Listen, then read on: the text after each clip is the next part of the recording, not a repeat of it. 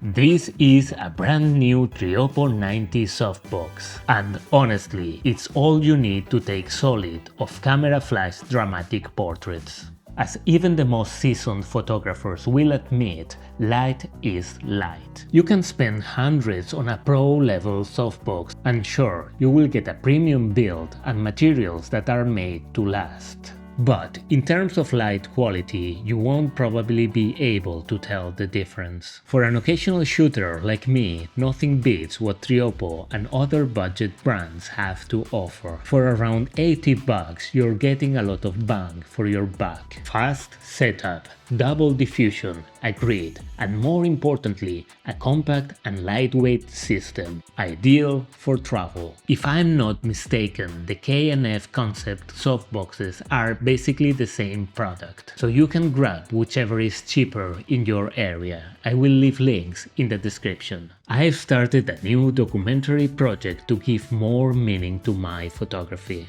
documenting the workspaces of people who are remnants of a bygone era.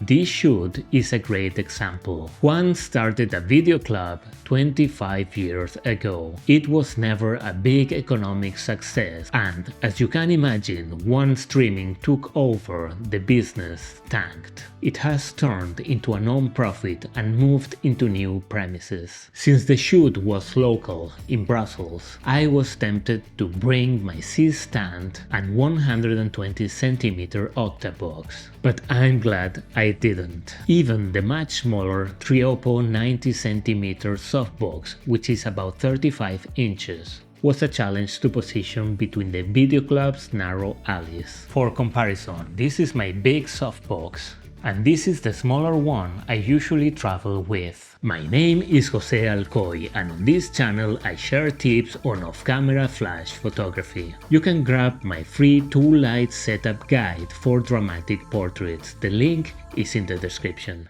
When it comes to modifiers, size matters. Bigger is always better. A large softbox gives you much softer light that wraps around your subject. Add a grid and you get even more control, avoiding unwanted spill. You need a big softbox for full body portraits, but for half body shots, which is what I usually go for, a medium-sized one does the trick. And yes, a smaller modifier can mimic a larger one if placed closer, but that's not always possible, especially if you want to keep your softbox out of frame. I use two different mounts depending on whether I'm shooting video or only photos. My older, newer softbox has a direct flash mount. It works great with both standard flashes and my Godox AD200s.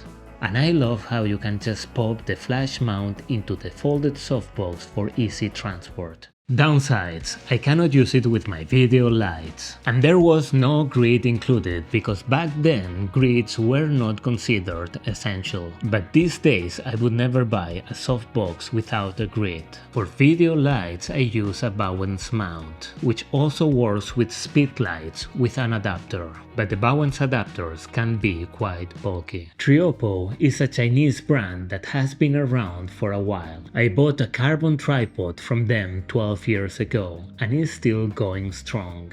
But the softbox came unmounted, and while it's not rocket science, I had to figure out that once the rods are in, you need to secure them with these bands. A simple instruction sheet would make our lives easier. For lighting, I stick to classic Rembrandt. The main light is 45 degrees off center and slightly above the subject. You can recognize it by the triangle of light on the shadow side of the face. I like using a kicker light, positioned opposite the key light to highlight the back of the subject. In some of the shots, I use the second light as a hair light, hiding it above the subject. I tried to use my second AD200 as a frontal fill, but the space was so tight that even at minimum power it was too much. So I bounced my tiny softbox off the ceiling and experimented with different angles until I found the right light ratio.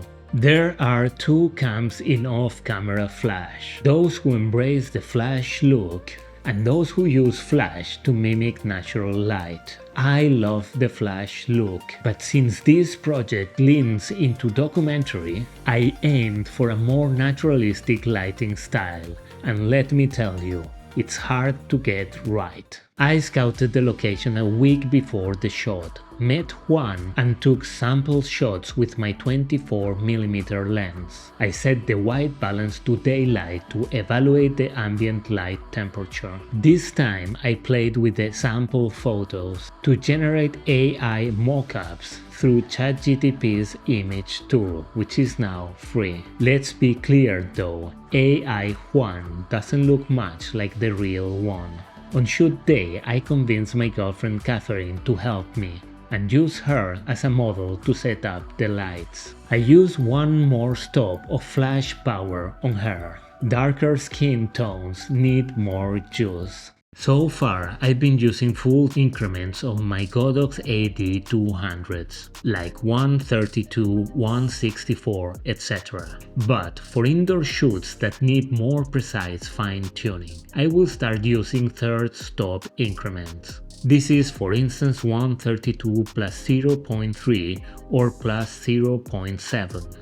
I shot the whole thing at f4. It's a compromise. Good exposure for the background with enough detail. Shooting wide open at 1.4 would blur the background and make it too bright. On the other hand, shooting at f8 would make the background too dark. Most flashes are balanced for daylight, around 5600 Kelvin. Upstairs, the main light was motivated by the natural window light, which made things easier to balance, even if it clashed a bit with the artificial lights. Downstairs, the difference was more noticeable. My AD200s give a daylight color temperature, while the artificial ambient light was much warmer. I would say around 3200 Kelvin. A CTO color correction gel on the flash would have helped it blend better with the ambient light. I used the bare bulb head on the Godox AD200s. It gives a much nicer spread of light inside the softbox compared to the Fresnel head. The 360-degree throw fills the modifier evenly, resulting in softer, more natural light. Unfortunately, I haven't found any decent gel solutions for the bare bulb head in Europe. Most accessories are made for the Fresnel or round heads, so I'll either have to keep searching or DIY my own gels. During this photoshoot, something felt off. I had some technical glitches and I was not getting the results I wanted in camera. I'll be honest with you, I think I'm just rusty. So my summer project is to get back in the game and build a routine around shooting environmental portraits. You'll find links to all gear mentioned in the description,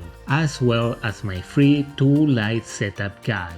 If you are into off-camera flash and environmental portraits, hit that subscribe button and check out this video where I show how I pulled off a solid portrait with only one flash and a tiny softbox.